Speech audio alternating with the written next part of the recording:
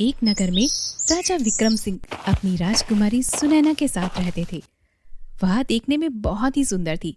राजकुमारी अभी बाल अवस्था में चल रही थी, तो उनकी देखभाल के लिए काफी सारी दासियां थी।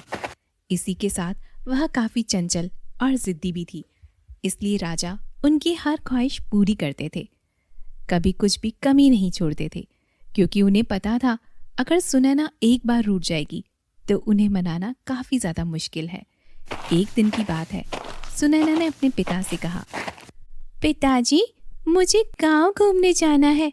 नगर के बाहर काफी सारे गांव हैं। आप मुझे वहां क्यों नहीं जाने देते हैं? नहीं बेटी, तुम वहां जाकर क्या करोगी? यहीं पर खेलो। नहीं पिताजी, मुझे नगर के बाहर घूमना है। वैसे भी अभी तक आपने मुझे बाहर जाने ही नहीं दिया।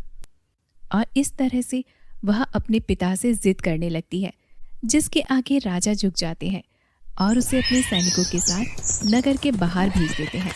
वह बहुत खुश थी कि वह नगर के बाहर जा रही थी। तभी उसे एक लड़की रोती हुई दिखाई देती है। उस लड़की को देखकर सुनैना ने अपने सैनिकों से कहा, अरे, ये लड़की क्यों रो रही है? जाओ जरा इससे जाकर पूछो इसे क्या हुआ है। यह सुनकर एक सैनिक उस लड़की के पास जाता है और उससे कहता है, क्या हुआ तुम्हें? तुम क्यों रो रही हो? तभी उस लड़की ने रोते रोते सैनिक से कहा, मेरे माता पिता खो गए हैं और मुझे पता नहीं वो कहाँ चले गए हैं। तुम कहाँ रहती हो? मैं पास वाले गांव में रहती हूँ। मुझे घर का रास्ता भी नहीं पता। तभी सैनिक उससे बड़े प्यार से कहते हैं, ठीक है, रुको तुम यही, अभी राजकुमारी से मैं बात करके आता हूँ। इसके बाद वह सैनिक राजकुमारी के पास आता है और उन्हें सब कुछ बताता है।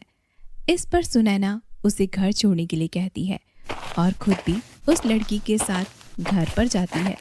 घर पहुंचने पर लड़की को उसके माता पिता मिल जाते हैं, जिससे वह काफी ज्यादा खुश हो जाती है और वह राजकुमारी का धन्यवाद करते हुए कहती है, आपका बहुत बहुत धन्यवाद राजकुमारी, जो आपने मुझे मेरे घर वापस पहुंचा दिया।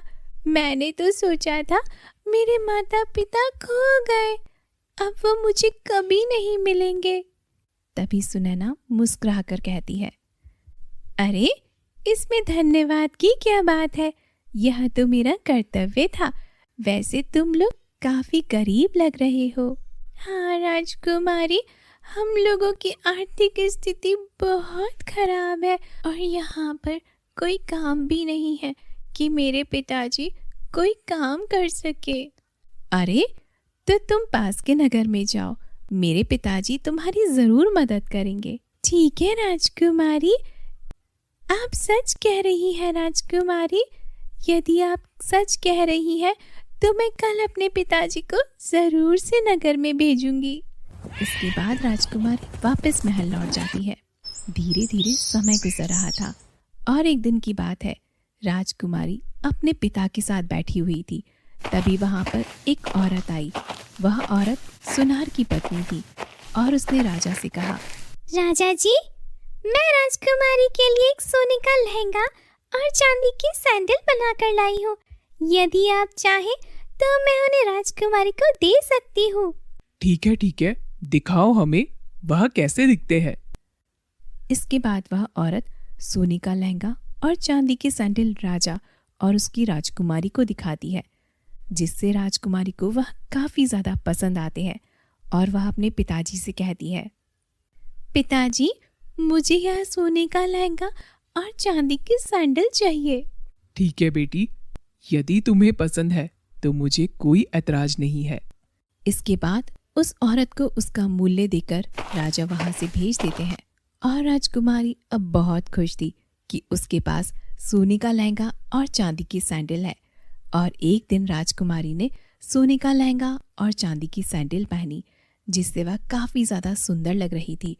राजा ने जब राजकुमारी को इस तरह देखा तो उन्होंने उसकी नजर उतारते हुए नगर में सोने के सिक्के बांटे। वहीं राजकुमारी भी काफी ज्यादा खुश हो रही थी और वह सोने का लहंगा पहनकर घूमने लगी। जैसे ही राजकुमारी घूमी तो उसी के साथ सोने के सिक्कों की बरसात होने लगी। यह देखकर राजा काफी ज्यादा हैरान हुए कि यह कैसे हो सकता है। इसके बाद जैसे ही उन्होंने चांदी की सैंडल पहनकर चला तो पीछे पीछे चांदी के सिक्के बरसने लगे। यह देखकर राजकुमारी काफी ज्यादा हैरान हो गई। तभी विक्रम सिंह ने बड़ी हैरानी से कहा, अरे यह सब क्या हो रहा है? यह सोने चांदी के सिक्कों की बरसात अचानक से कैसे होने लगी? मुझे तो कुछ भी समझ में नहीं आ रहा है। हाँ पिताजी, आप बिल्कुल ठीक कह रहे हैं। यह सब कहाँ से आ रहे हैं? इस पर विक्रम सिंह काफी देर तक सोचते रहे और फिर वह अपनी बेटी से बोले, सुनैना बेटा, तुम एक बार फिर से घूमो और मेरे पास में आओ। मुझे देखने दो यह क्या मांजरा है। यह सुनकर सुनैना फिर से घूमती है तो फिर से सोने के सिक्के बरसने लगते हैं और वह अपने पिता के पास चलकर जाती है तो फिर से चांदी के सिक्के बरसते हैं। इसका मतलब यह सोने का लहंगा और चांदी की सैंडल जादुई थे और उन्होंने अपनी बेटी से कहा, बेटी, यह जादुई सोने का लहंगा और चांदी की सैंडल है। यह सुनार की पत्नी को कहाँ से मिला होगा? मुझे नहीं पता पिताजी, आप उन्हीं से पूछ सकते हैं। हाँ, तुम बिल्कुल ठीक कह रही हो। जाओ सैनिकों, जाकर सुनार की पत्नी को यहाँ पर लेकर आओ। इसके बाद सुनार की पत्नी को लाया जाता है। उसकी पत्नी काफी ज्यादा घबराई हुई थी। उसे तो कुछ भी पता नहीं था कि विक्रम सिंह ने उस औरत से क्या कहा। तभी विक्रम सिंह ने बड़े प्यार से कहा, तुम्हें यह सोने का लहंगा और चांदी की सैंडल कहाँ से मिली? और तुमने मुझसे झूठ क्यों बोला कि तुमने इन्हें बनवाया है? तभी उस औरत ने बड़ी हैरानी से विक्रम सिंह से कहा, आप किसकी बात कर रहे हैं महाराज? मुझे कुछ भी समझ नहीं आ रहा है। क्या? यह तुम क्या कह रही हो? अभी कुछ दिनों पहले तुम मेरी बेटी को सोने का लहंगा और चांदी का चप्पल देकर गई थी। नहीं महाराज, आपको कुछ गलतफहमी हुई होगी। मैं भला आपके बिना आदेश से ऐसा क्यों करूंगी? अगर आपको यकीन ना हो तो आप मेरे पति से पूछ लीजिए। यह सुनकर राजा काफी हैरान होता है और इसके बाद उसके पति को बुलाया जाता है। उसका पति रमेश वहां पर आता है और राजा से कहता है, राजा जी, मेरी पत्नी एकदम ठीक कह रही है। मैंने कोई भी सोने का लहंगा और चांदी की सैंडल नहीं बनाई थी, ना ही इसे आपके पास भेजा था। वह कोई और होगी। पर यह कैसे हो सकता है? वह तो तुम्हारी पत्नी जैसी थी और उसने मुझे खुद कहा था कि मैं सुनार की पत्नी हूँ। यह सब सुनकर सुनार भी काफी ज्यादा हैरान हो जाता है। इसके बाद राजा उन दोनों को जाने देता है और वह काफी हैरान थे कि आखिर वह थी तो कौन। पर उन्हें खुशी थी कि उनकी बेटी के पास जादुई सोने का लहंगा और चांदी की सैंडल थी। धीरे धीरे समय गुजर रहा था और एक दिन एक परी महल में आई और उसने राजा से कहा, आपकी बेटी के पास जो सोने का लहंगा और चांदी की सैंडल है वह मेरी है। यह आप क्या कह रही हैं? यह कैसे हो सकता है? उसे तो मेरे पास एक औरत लेकर आई थी। आपके पास जो औरत आई थी वह मैं ही थी। मैंने ही आपकी बेटी को वह दिए थे क्योंकि मैं उन्हें किसी सुरक्षित जगह पर रखना चाहती थी। वह जादुई है और उन पर मेरे दुश्मनों की नजर थी। अच्छा, तो वह आपकी अमानत थी। हमें बहुत खुशी हुई कि हमने आपके सामान की रक्षा की।